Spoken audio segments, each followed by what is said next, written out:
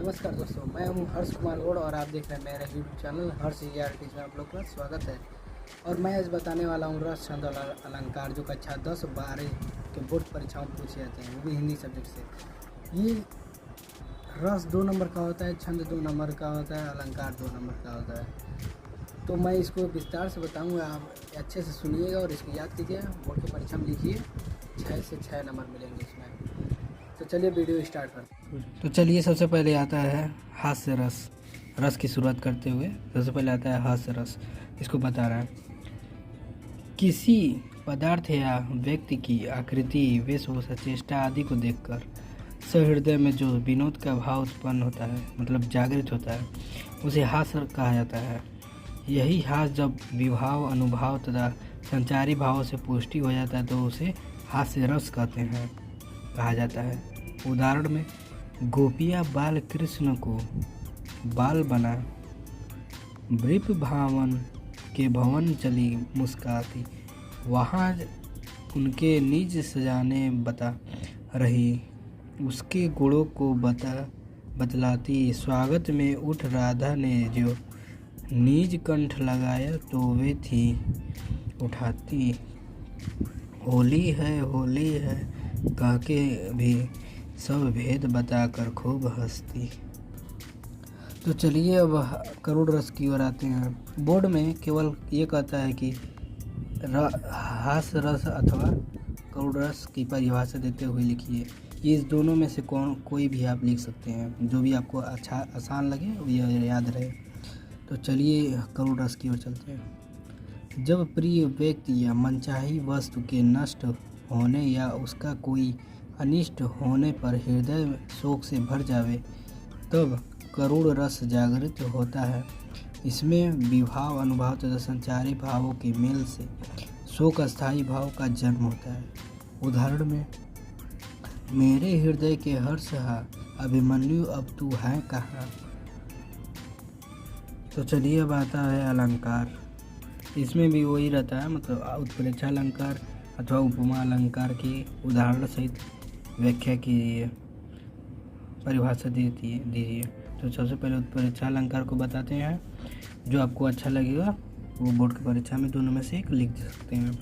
तो चलिए शुरू करते हैं। उत्प्रेक्षा अलंकार, जब उपमान से भिन्नता जानते हुए भी उपमेय में उपमान की संभावना व्यक्त की जाती है, तब उत्प्रेक्षा अलंकार होता है।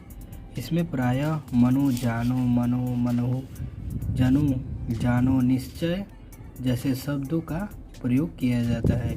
उदाहरण में, सोहत उड़े पीत पट, श्याम सलोने गात, मनहु नीलमणि शैल पर, आपतपु परयो प्रभात। तो चलिए अब आते हैं उपमा अलंकार पे।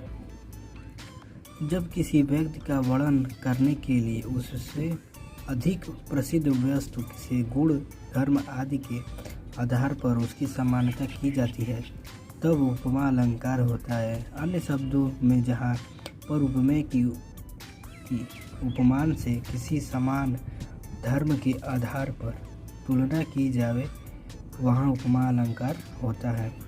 उदाहरण है, इसका 2 उदाहरण है। पहला है, मुख मयंक सम मंजू मनोहर। दूसरा है, प्रातः नभ था बहुत नीला शंख जैसे। तो चलिए अब आते हैं छंद की ओर। इस छंद में भी वही होता है, 2 गो। पहले रोला छंद लिखिए, नहीं तो सोरठा लिखिए, दोनों से कोई लिखना रहता है उदाहरण से, परिभाषा देते हुए उदाहरण से। तो चलिए रोला छंद को शुरू करते हैं। रोला एक सममात्रिक छंद है। इसके 4 चरण होते हैं। इसके प्रत्येक चरण में 24 मात्राएं होती हैं तथा 11 और 13 मात्राओं पर विराम यति होती है। उदाहरण है इसका, भई थकित भई थकित छवि जगी, हेरी हर रूप मनोहर, है म आनही के प्राण रहे, तन धरेम धरोहर। अब सोरठा पे आ जाते हैं। सोरठा छंद, यह दोहे का उल्टा रूप सोरठा कहलाता है। यह एक अर्ध सममात्रिक छंद है। इसके पहले और तीसरे चरणों में 11-11 तथा दूसरे और तीसरे चरणों में 13-13 मात्राएं होती हैं। टुक विषय चरणों में ही होते हैं तथा सम चरणों के अंत में जगड़ नहीं होता है। तो चलिए उदाहरण देखते हैं।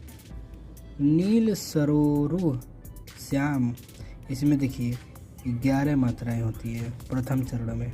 और द्वितीय चरण में देखिए तरुण अरुण बारिश नयन, इसमें देखिए 13 मात्राएं हैं। करऊ सोमम ऊर्धाम, इसमें देखिए 11 मात्राएं हैं।